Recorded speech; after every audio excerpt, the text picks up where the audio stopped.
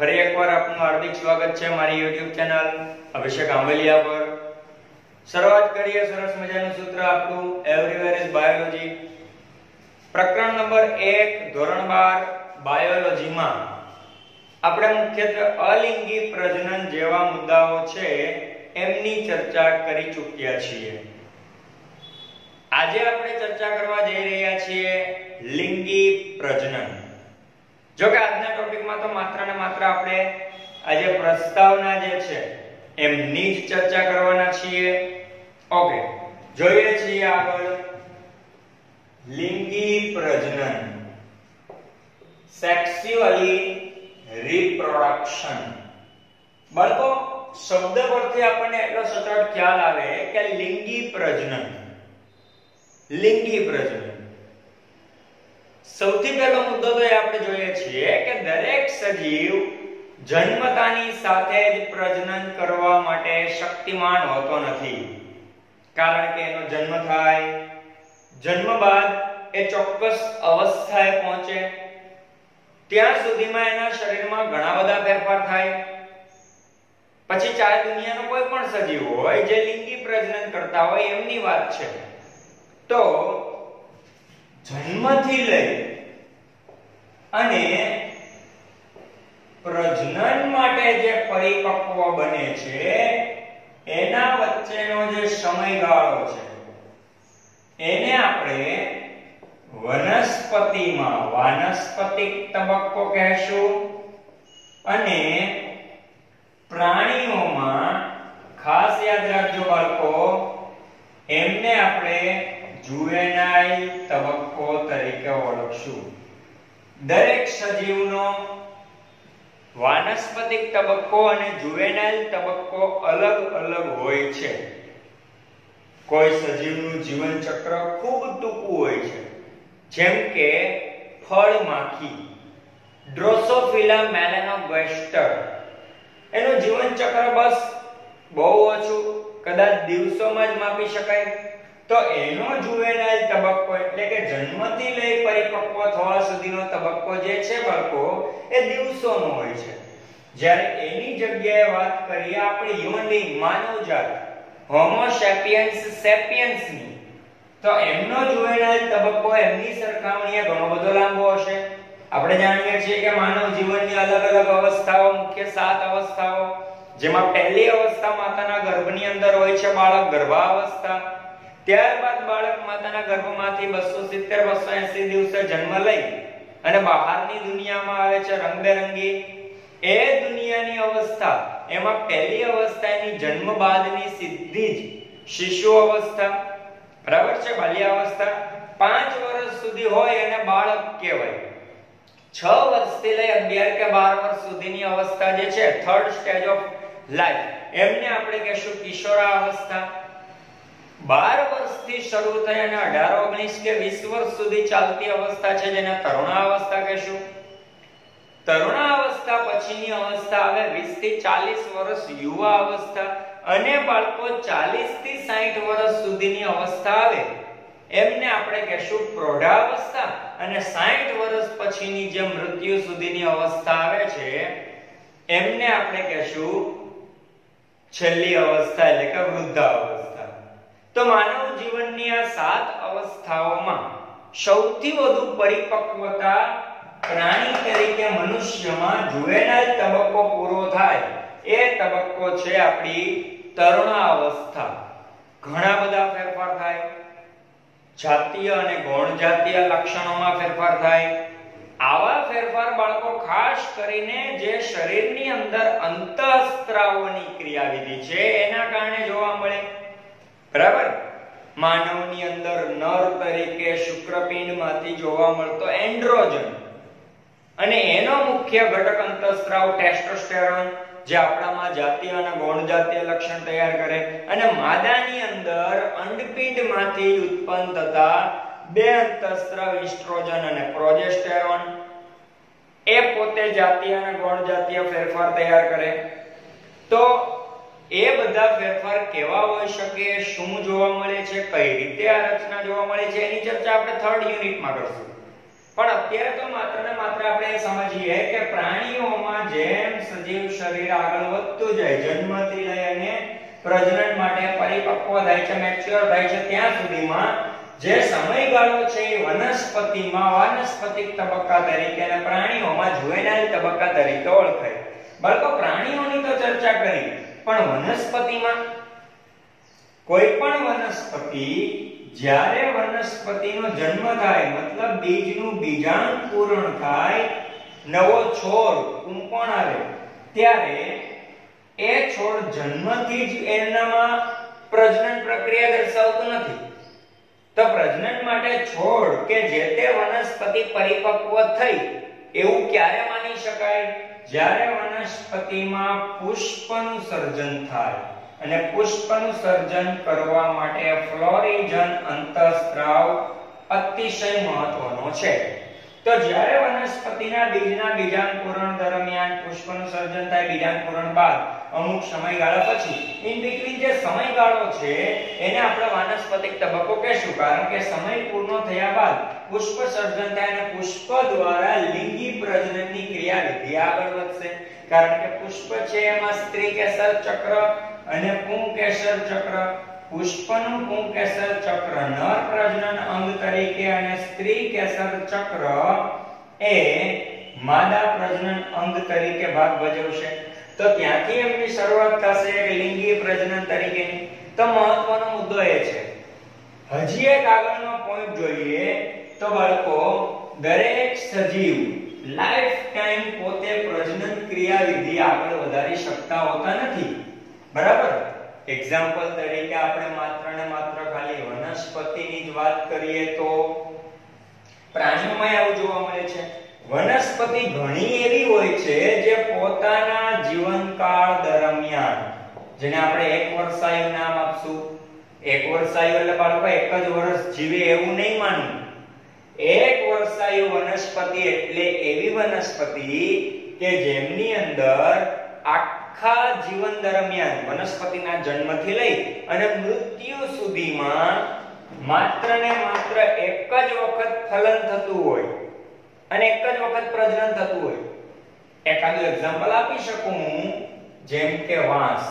વાંસ જેવી વનસ્પતિમાં 50 થી 100 વર્ષ દરમિયાન માત્ર એક વર્ષ એટલે કે એક વખત જ પુષ્પનું સર્જન થાય અને મોટા પાયે પોતાના જેવા બીજ ઉત્પાદન કરવાનું શરૂ કરે છે. એવી જ રીતે બાળકો, સેકન્ડ પોઈન્ટ જોઈએ તો જે વનસ્પતિ પોતે જીવનકાળ દરમિયાન 2 વખત પ્રજનન કરી શકે તેમને આપણે દ્વિવર્ષાયુ કહીશું. અને એવી જ રીતે અમુક વનસ્પતિ તો બાળકો એવી છે જે પોતાના જીવનકાળ દરમિયાન બહુવર્ષાયુ તરીકે ભાગ ભજવે છે. બહુવર્ષાયુ એટલે શું? તો કે જીવનકાળ દરમિયાન 2 કરતા ઘણી બધી વખત પ્રજનનની ક્રિયા કરે, બરાબર? અને ઘણી બધી વખત પ્રજનનની ક્રિયા કરી અને મોટા પાયે બીજ ઉત્પાદન કરવાનું શરૂ કરે છે.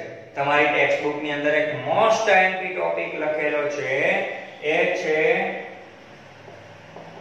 સ્ટ્રોબિલેન્થસ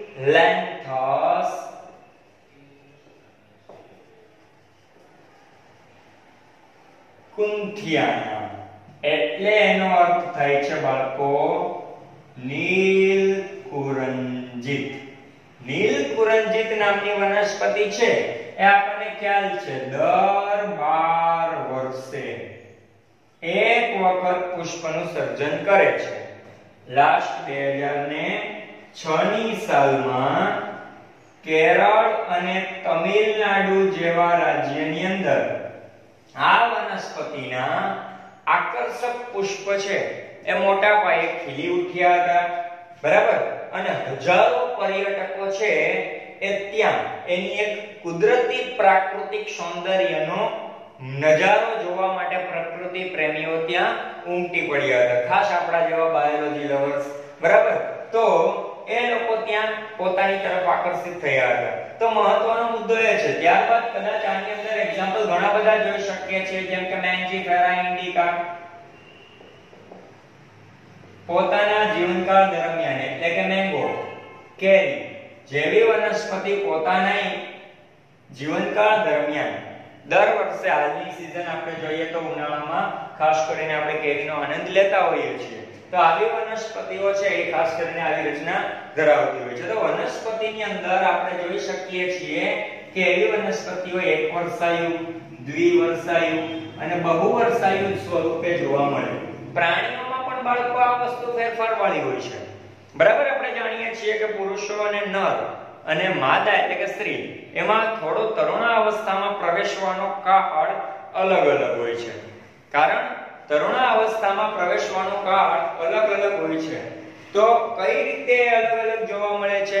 તો કે નરની અંદર માદાની સરખામણીએ થોડી મોડી એડોલેસન્ટ સ્ટેજ તરુણા અવસ્થા શરૂ થાય છે. બરાબર, તો હવે કહી શકીએ કે પ્રાણીઓ જે છે એમાં પણ આ વસ્તુ જોવા મળે. નરની સાપેક્ષે માદા જેમ વહેલી તરુણ અવસ્થામાં પ્રવેશે છે એમ 50 વર્ષની આસપાસ એમની અંદર જે માસિક ચક્ર આવવાની ક્રિયાવિધિ છે, બરાબર, અંડકોષ જનન કરવાની ક્રિયાવિધિ, oogenesis પ્રોસેસ, અંડકોષ બનાવવાની ક્રિયાવિધિ, ઓવમ સેલ, તો એ બધી ક્રિયાવિધિ બંધ થઈ જાય છે, જેમને આપણે કહીએ છીએ મેનોપોઝ તબક્કો. અને પછી સ્ત્રી માતૃત્વ ધારણ કરવાની ક્ષમતા ગુમાવી બેસે છે. જ્યારે એની સરખામણીએ નરની અંદર 60-65 કે પહેલેથી જો બોડી કાળજી રાખેલી હોય તો 70 વર્ષ સુધી પણ આ શુક્રકોષ જનનની ક્રિયાવિધિ અંતિમ સમય સુધી ચાલતી જ જોવા મળે છે. તો પ્રાણીઓમાં પણ ખાસ કરીને આપણે જોઈએ તો પ્રાણીઓની રચનામાં જે વર્ગ સસ્તનમાં આવે છે અને શ્રેણી એની બે જોવા મળે છે, એક નોન પ્રાઇમેટ અને એક પ્રાઇમેટ.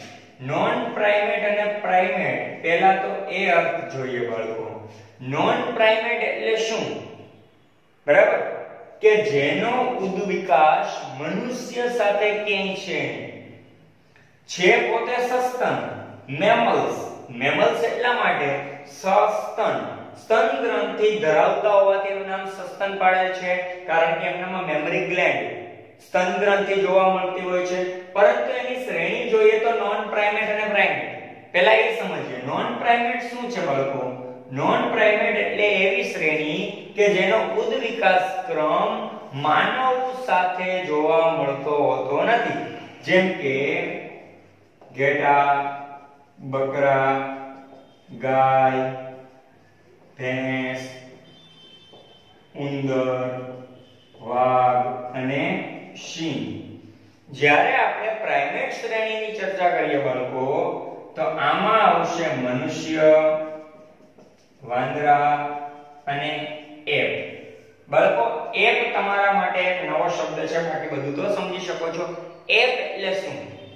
જ્યારે માનવનો ઉદ્વિકાસની શરૂઆત થઈ ઈ સમયગાળા દરમિયાન સૌપ્રથમ તો વાનર જ હતા. આપણને ખ્યાલ છે ચાર્લ્સ ડાર્વિન, જેને ઉત્ક્રાંતિવાદના પિતા કહેવાય છે, ફાધર ઓફ ઇવોલ્યુશન તરીકે ઓળખીએ છીએ. તો ઉત્ક્રાંતિવાદના પિતા અને એની સાથે અન્ય ઘણા બધા વૈજ્ઞાનિકોએ ઉત્ક્રાંતિ વિશે ઘણી બધી રજૂઆત કરી, જેમ કે લેમાર્ક નામના વૈજ્ઞાનિકે, હ્યુગો દ વ્રીસ નામના વૈજ્ઞાનિકે, ચાર્લ્સ ડાર્વિને, ઘણા બધા વૈજ્ઞાનિકોએ ઇવોલ્યુશન ઉત્ક્રાંતિની પોતપોતાની અંદાજે એક સમજૂતી આપી. પરંતુ જ્યારે વાત ઉત્ક્રાંતિની આવે અને માનવ ઉદ્વિકાસ યાત્રાની આવે તો સૌપ્રથમ આપણને ચાર્લ્સ ડાર્વિન જ યાદ આવે, કારણ કે એ ઉત્ક્રાંતિવાદના પિતા તરીકે પ્રખ્યાત છે. હવે બાળકો એક મુદ્દો એ સમજવાનો છે કે સીધા તો ઉદ્વિકાસ દરમિયાન માનવી જન્મેલા તો નથી. સૌપ્રથમ પોતે વાનર હતા અને વાનરમાંથી ધીરે ધીરે શારીરિક ફેરફાર અને માનસિક ફેરફાર થતા એક પરિપક્વ માનવીની ઉદ્વિકાસ યાત્રા આગળ વધેલી છે. અને આપણે આપણી જાતને આધુનિક માનવી માનીએ છીએ, હોમો સેપિયન્સ સેપિયન્સ. પરંતુ ડોક્ટર શપીરો નામના વૈજ્ઞાનિકે હવે પછીનો જે માનવી છે એ આપણા કરતા પણ વધુ આધુનિક હશે એવું એક નિવેદન આપેલું છે અને એનું નામ ભવિષ્યના વૈજ્ઞાનિક નામ તરીકે માનવીનું વૈજ્ઞાનિક નામ હોમો ફ્યુચ્યુરાલિસ આપેલું છે, હોમો ફ્યુચ્યુરાલિસ. તો હવે કહી શકીએ કે માનવની ઉદ્વિકાસ યાત્રા ખૂબ લાંબી છે, જેની ચર્ચા આપણે પાઠ નંબર 7 માં કરશું, બરાબર. તો એપ એટલે શું? માનવની ઉદ્વિકાસ યાત્રા જ્યાંથી શરૂ થઈ અને વાનરની ઉદ્વિકાસ યાત્રા જ્યાં પૂરી થઈ. મતલબ એવો એક સજીવ જેમાં વાનર અને માનવી બંનેના લક્ષણ છે અને એને જોડતી કડી એટલે આપણે એને એપ કહીએ છીએ, બરાબર છે, જેની ચર્ચા આપણે ઉદ્વિકાસના પાઠમાં કરશું. તો બાળકો અહીં જોઈ શકો છો તમે કે કોઈ પણ સજીવ એમાં પ્રાણીઓમાં એક મેન્સ્ટ્રુઅલ સાયકલ ઋતુ ચક્ર જોવા મળતું હોય અને આ ઋતુ ચક્ર દરમિયાન માદા પ્રાણીની અંદર અંડકોષ બનવાની ક્રિયા ચાલતી હોય. હવે જે ઋતુ ચક્ર છે એના બે પ્રકાર છે. ખાસ કરીને સમજો બાળકો, મોસ્ટ ઇમ્પોર્ટન્ટ ટોપિક હવે શરૂ થાય છે. નોન પ્રાઇમેટ જે છે, જેનો ઉદ્વિકાસ દરમિયાન માનવ સાથે કોઈ સંબંધ છે જ નહીં, એમાં માદા પ્રાણીઓ, ઘેટા, બકરા, ગાય, ભેંસ, ઉંદર, વાઘ, સિંહ, એ માદા પ્રાણીઓ પોતે કોઈ ચોક્કસ ઋતુમાં અંડકોષનું સર્જન કરે છે. ખાસ કરીને મોટાભાગના પ્રાણીઓ છે એની પ્રજનન ક્રિયાવિધિનો સમય ચોમાસું હોય છે, બરાબર છે. ઓકે, તો આવા પ્રાણીઓ દર ચોમાસાની સિઝનમાં અંડકોષ તૈયાર કરે છે, માદા પ્રાણી. એટલે એમનામાં આપણે એને કહેશું ઋતુકીય ઋતુ ચક્ર. પરંતુ વાત આવે મનુષ્ય, વાંદરા અને એપ. તો માનવ અને વાંદરા કે એપના માદા પ્રાણીઓ જે છે એમાં દર મહિને અંડકોષ બને. આપણે ખ્યાલ છે કે માદા પ્રાણીઓમાં દર મહિને અંડકોષ બનવાની ક્રિયાવિધિ ચાલે છે, બરાબર. મેન્સ્ટ્રુઅલ સાયકલ ચાલે છે દર 28 દિવસના સમયે. તો એનો મતલબ એ થાય કે મનુષ્ય, વાનર અને એપની જે માદાઓ છે દર મહિને પ્રજનન માટે સક્રિય થાય છે અને ફલન કરી અને ગર્ભાવસ્થા માટે તૈયાર થાય છે. એટલે દર મહિને ચાલતી હોવાથી આવી ચક્રની ક્રિયાવિધિને માસિક ઋતુ ચક્ર તરીકે ઓળખી શકાય છે. તો બાળકો, ઋતુ ચક્ર અને માસિક ઋતુ ચક્ર એવા ઋતુ ચક્રના મુખ્ય બે પ્રકાર છે. એક ઋતુકીય ઋતુ ચક્ર અને એક માસિક ઋતુ ચક્ર. બાળકો, હવે પછીના લેક્ચરની અંદર આપણે લિંગી પ્રજનનના મુખ્ય પેટા 3 પ્રકાર જે આવે છે, પૂર્વ ફલન, ફલન અને પશ્વ ફલન, વનસ્પતિમાં અને પ્રાણીઓમાં કઈ રીતે ચાલે છે જેની આપણે ચર્ચા કરવાના છીએ. આશા રાખું છું કે લિંગી પ્રજનનનો આ ઇન્ટ્રોડક્શન માટેનો જે ટોપિક છે એ આપને ગમ્યો હશે. આ ઇન્ટ્રોડક્શનનો ટોપિક એટલા માટે ઉતારેલો છે કારણ કે આના ઉપરથી જ હવે પછી આપણે 3 ઘટનાઓ પૂર્વ ફલન, ફલન અને પશ્વ ફલનની શીખવાના છીએ. તો ફરી પાછું આપ સૌનો ખૂબ ખૂબ ધન્યવાદ.